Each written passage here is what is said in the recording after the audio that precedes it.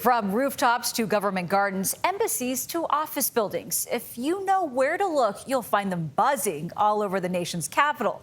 We're talking about honeybees, and surprisingly, the cityscape has become a hospitable home for the resilient little pollinators. Christina Ruffini got an up-close look at the sometimes feared but often sweet honeybee, winning D.C. over one jar of honey at a time.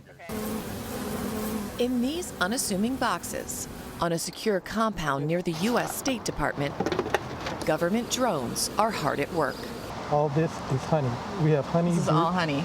Team-oriented, mission-focused bureaucrats. It's pretty heavy. It's heavy. Oh, it's really heavy. They might be the perfect federal workers. We try to keep them apolitical. Keith Hannigan is the State Department's Deputy Assistant Secretary in charge of operations, and also bees. Bees is really one of the most important things that I do here for the State Department. About 15 years ago, honeybee populations hit an all-time low. So in 2014, then President Obama launched a national strategy to protect and promote pollinators. Oh no, it's the bees. That's okay, guys. Bees are good. From the White House to a federal courthouse, even the State Department, hives started humming at government facilities across the country. We wanted to do our part, and we know that other agencies were getting involved as well. So it seemed like something small and simple that we could do. Thanks to the diligent effort of beekeepers, over the past few years, the honeybee population has largely rebounded and stabilized.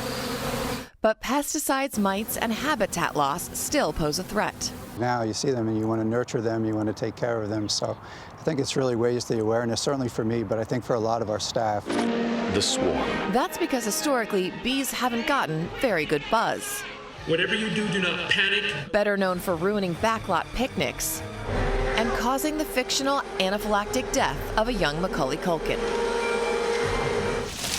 But in actuality, bees and other pollinators are critical to the global food supply, pollinating about a third of the world's crops and 3/4 of all flowering plants. They're not going to be interested in you or your food. They're not going to be like, oh, there's a human, let's go sting them. Solomon Jong is an urban beekeeper in Washington, D.C. Look at all that honey right there. That's awesome. Yeah. He says education efforts, especially in highly populated areas, Thanks for coming out to meet the bees. are successfully winning over hearts and minds. A lot more people are more aware of like how important they are, as well as like how cute they are. Like honestly, They're like cute? yeah, they're very cute for me. Wait a minute. Okay, I'll come with you like this far, but explain to me what about the bee is cute. I mean, if you see a photo, they're fuzzy and round. It's almost like a teddy bear or something. Their cuteness might be up for debate, but the sweet rewards of beekeeping are undeniable. Oh yeah, you can dip your finger straight into that corner there and take a little bit out. Just dip right here? Yep. Oh my gosh. Yep. And then Right try out. it out. That's pretty awesome. Pretty good. Oh my gosh, it's really good actually. On the rooftop of the Canadian Embassy within sight of the nation's capital, Queens Beyoncé and Celine Dion are living their best life. How many bees are in each bee box? Between 25 and 30,000 bees in this whole hive. Sean Robertson manages this facility for the Canadian government. He says these little goodwill ambassadors churn out about 100 jars of honey a year. I often say it's one of my favorite parts of my job is actually coming up here and getting to work with the bees. Befitting the Canadian national stereotype, the bees were surprisingly friendly, which was good, considering the crew's unbothered take on donning protective gear. So you're gonna give me 2 finger guns. I'm gonna just rest it on your fingers. Okay. Beauty. So that's a frame of bees, right? It's a lot of bees. As it turns out, a lot of bees is a very good thing. For CBS Saturday Morning, Christina Ruffini, Washington.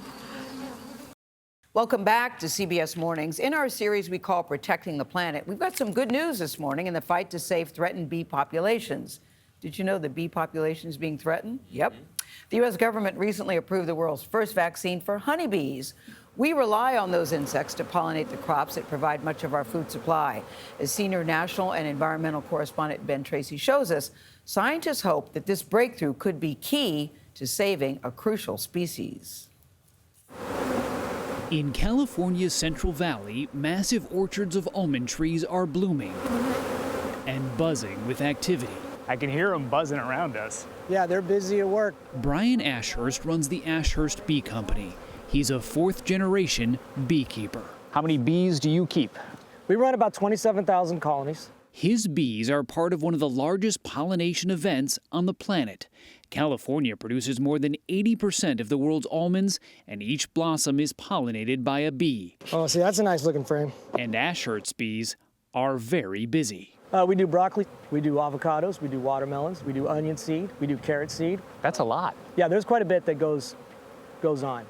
Bees pollinate 1/3 of the food grown in the United States, essential to producing an estimated $15 billion worth of crops annually. But bee colonies are collapsing due to disease, parasites, pesticides, and even climate change-fueled droughts, which dry up the water and flowers they need to survive. They're just decimated. Sometimes 50%. I've heard guys losing 70%. So we're constantly trying to figure out how can we reduce these losses. Jörg Meyer is a professor of zoological medicine at the University of Georgia. And we can informally also call you a beekeeper? Oh, absolutely. I'm a certified beekeeper, yeah. Open it up carefully. Hello, bees. He somehow convinced me to take a look at his teaching hives. You're not noticing that a lot of them attack you, right? So they're really good. Well, maybe in 5 minutes that might change. He constantly inspects these to make sure there are no signs of diseases, like the dreaded American foul brood. Doesn't sound good. No. What exactly is this? So it's a bacterial disease. And what happens after a few days, it's so bad that those little developing bees, the brood, dies, and they die and it smells really foul. So you have foul brood, foul-smelling brood. It's so bad the government requires infected hives and all beekeeping equipment to be burned and buried. There is no cure for the disease, and until now, no vaccine to prevent it. So we literally had to start from scratch. Annette Kleiser is CEO of Dalan Animal Health, which partnered with the University of Georgia to develop the world's first honeybee vaccine. How challenging was it to figure out a vaccine for a bee? Well, we were the first ones to do this. There was no handbook. It was very challenging. Because unlike humans and animals, insects don't create antibodies, so scientists have long thought vaccines simply won't work. But in the lab, they discovered bees have a primitive immune system, and exposing a queen bee to some of the dead bacteria through her food created immunity in the hive. I mean, it's like magic. You vaccinate the queen, and she passes it on to the millions of offspring that make the colony. So far, they have not seen any side effects or impacts on food products such as honey. The hope is this breakthrough will pave the way for other vaccines to control all sorts of harmful viruses and pests. That's good. Brian Ashurst says it won't solve all of the problems killing bees, but he's optimistic. Are you willing to give this vaccine to your bees? Yeah, I'm willing to try it out. I think because we're all looking for answers for things, we're willing to try things out. Because the one thing we do know is that without bees, these fields would be a lot less fertile. For CBS Mornings, I'm Ben Tracy in California's Central Valley. How honeybees are living up to their busy reputation. A Belgian company is putting millions of bees to work collecting data from the environment. Jonathan Vigliotti shows us how an Oregon farmer is using that information to better manage his farmland. When farmer Carl Wenner suits up to check on his beehives, it's almost like going into battle. It's not just the honey he's eager to collect. This is the trap that the pollen falls into, and there it is. That pollen contains valuable data that's revealing what's happening out of sight on his 400-acre farm in Klamath Falls, Oregon. The species of plants they're visiting, the pesticides, the herbicides, heavy metals, it all comes out of that data bank right there. 5 years ago, Wenner installed the biomonitoring device on the entrance of his beehives. It's created by the Belgium-based company Biodiversity. As bees squeeze through it, beads of pollen fall off their back legs and into a tray where they're collected. There's a purple pollen in there, as well as that very beautiful orange and yellow. Quarterly, Wenner sends the pollen to the company and receives data in return, showing him what's growing on his property and any chemicals the bees encountered. You claim to be the largest employer in the world. What do you mean by that? We have thousands and even millions of bees working to really collect the data and improve the environment. Biodiversity's CEO, Michael Van Cutsum, says his company analyzes the pollen and uses Microsoft technology and AI to identify what the bees collected, processing 8 billion data points in just a few minutes. To my understanding, we are the only ones providing this kind of data at such large scale. The AI technology also gives property owners recommendations on ways to increase biodiversity and reduce pollution. What you can do to reduce the use of pesticides, or when do you have a lack of biodiversity, what can you do about it? What can you plant? It's already making a difference on Wenner's farm. He's changed the way he applies pesticide to the invasive yellow flag iris. Instead of spraying them with a sprayer, we started applying it much more directly, using gloves, of course, but wiping the herbicide on, hoping to minimize the impact to pollinators. And after recently converting dozens of acres of farmland to wetland, he's seen the number of plant species on his property increase by 80%. Bees are really having a hard time because of new diseases and the pesticides and herbicides that are out there. Anything that we can learn to inform us to do better with the bees, the better we are. Biodiversity has future plans to expand its coverage in the Klamath River Basin and hopes more farmers like Wenner can harness the power of bees, making informed decisions and improving the environment. For CBS Saturday Morning, I'm Jonathan Vigliotti in Klamath Falls, Oregon.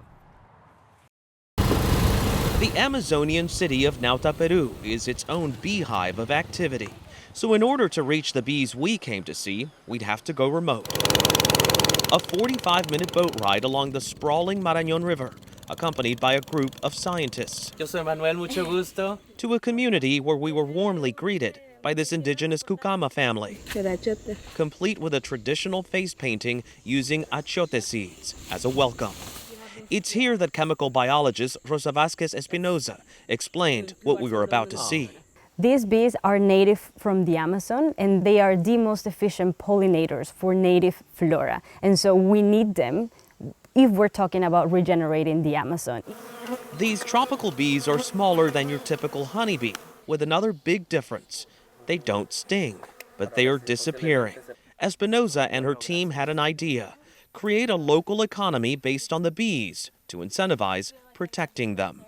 They raise the bees, can sell the honey, can do bee ecotourism, and they have to keep the bees healthy and happy to keep the business going. Do you think it's enough to have an impact, a real impact? I think it's already happening. Por acá? Sí. Take Heriberto Vela and his family. They now have dozens of beehives located on their property. So this very top layer is where they make the honey. And that's the honey. Wow. Look at that. It's runnier, even citrusy compared to traditional honey. You can feel them walking around, licking the honey right off your finger. It's kind of an odd sensation to be this close to a bee and not be in fear of getting a bee sting. But these little critters are very important for this ecosystem here. Which is why Vela won't turn to work that would involve cutting trees down. You're trying to protect this type of forest, este tipo de selva, porque es necesario para las abejas. It's necessary for them to live. But those who live here say finding wild hives is getting harder. There are some communities that used to walk 10 minutes, 20 minutes into the rainforest and were able to find native bees. Now it takes sometimes even hours, multiple hours, to even find one wild beehive. They wanted us to see for ourselves. So we hiked through the thick Amazon jungle, over creeks, or sometimes in them. And with no other major spills, it took about an hour to reach a point where they heard a faint buzzing. You could hear just a faint Very buzz. faint buzz. If you notice, it's almost impossible to see it if you're just visually looking for it. These bees had built their hive inside a slit in this tree. But you can see if that's the home they choose, that if you knock that tree down, their home is gone. Yeah, right away. It takes them months, 3, 4, even more months to build the beehive in the first place. Espinoza says saving them is crucial for everyone because the Amazon rainforest is known as the lungs of the world. This isn't something that only impacts Peru, correct? Correct. Stingless bees are such a key aspect of regenerating the Amazon rainforest, which in turn helps combat climate change at a global scale. Quite a big job they need every bit of help doing. For CBS Saturday Morning, Manuel Bojorquez, Nauta, Peru. Bees are essential. 35% of our crops are populated by bees and 3/4 of our flowering plants. So, I mean, you can't override how important they are. Right, and we say this so many times when we do stories like this, but it's the interconnectivity of the ecosystems that when you start there and fall from there, the problems that you end up with, the domino effect of all We that. want solutions to these problems. We hope we get them. The beekeeping industry is in crisis over the shocking and unexplained deaths of hundreds of millions of bees over the last 8 months. It could impact all of us, as bees, called the backbone of agriculture, are responsible for pollinating more than 1/3 of the nation's crops, and current losses are unsustainable. Janet Shamlian has more on this stinging decline. This is what an unfolding disaster looks like in the U.S. beekeeping industry. Each of these hives can hold as many as 80,000 bees, but for reasons no one can pinpoint, the bees in all these hives and tens of thousands more have turned up dead. Have you ever seen it this bad? Never, not even close. The data is showing us that this is the worst bee loss in recorded history. Blake Shook is one of the nation's top beekeepers. He owns Desert Creek Honey and several other beekeeping businesses. One of them is rebuilding dead hives, and he's receiving an alarming number of them. Where are they from? Yeah, these are from North Dakota that we're looking at right here. Over there we've got Florida, back here we've got Georgia, I've got California over in that corner. Bees play a critical role in U.S. food production. In addition to making honey, they pollinate 75% of the fruits, nuts, and vegetables grown in the U.S. That's $15 billion worth of crops. If this is a multi-year thing, it'll change the way we consume food in the United States. That's a pretty significant statement. It's huge. It's huge. I mean, if we lose 80% of our bees every year, the industry cannot survive, which means we cannot pollinate at the scale that we need to produce food in the United States. So what's causing the deaths, and why now? So these are dead bees in there, and they have always an identifier for a project. Juliana Rangel is an entomologist at Texas A&M University. She showed us the lab where they've been studying the bees. One potential explanation is that over the last few years, we've seen some locations across the U.S. that have had lower forage available for bees. So when they're supposed to be blooming, let's say in April, they're blooming either earlier in the year or later in the year. And so we have these food deserts basically in the summer and fall that the bees sometimes cannot withstand. Back at Shook's bee farm, here we go with the hood. We suited up for a look at his commercial operation. Okay, you ready? Yep. All right, the first thing we do is smoke the entrance, and that calms the bees down. This is what a healthy hive looks like. And then in the center here, this is where the baby bees are raised. These just returned from California, where the bees were used to pollinate almonds. Why are honeybees so essential to pollinating the almond crops? With honeybees, almonds produce 2,000 to 3,000 pounds per acre. Without bees, they produce 200 pounds per acre. So there is no almond crop without honeybees. Beekeeping groups say the losses may put as many as 25% of commercial operations out of business by year's end, with wide-reaching impact. I got a call from a friend who has 20,000 beehives at the start of winter, and he's at less than 1,000. And he said, this is it, I'm done. And I've had far too many of those calls in the past weeks. It's not just a beekeeper issue, this is a national food security issue. An industry reeling amid a troubling trend. For CBS Saturday Morning, I'm Janet Shamlian in Savoy, Texas. He's sounding the alarm. Yeah. It's just unbelievable that this is taking place. Well, and as you said, this is not just one thing, it is the entire food industry that ends up being affected by it. So wake up. Figure out the solution to a problem.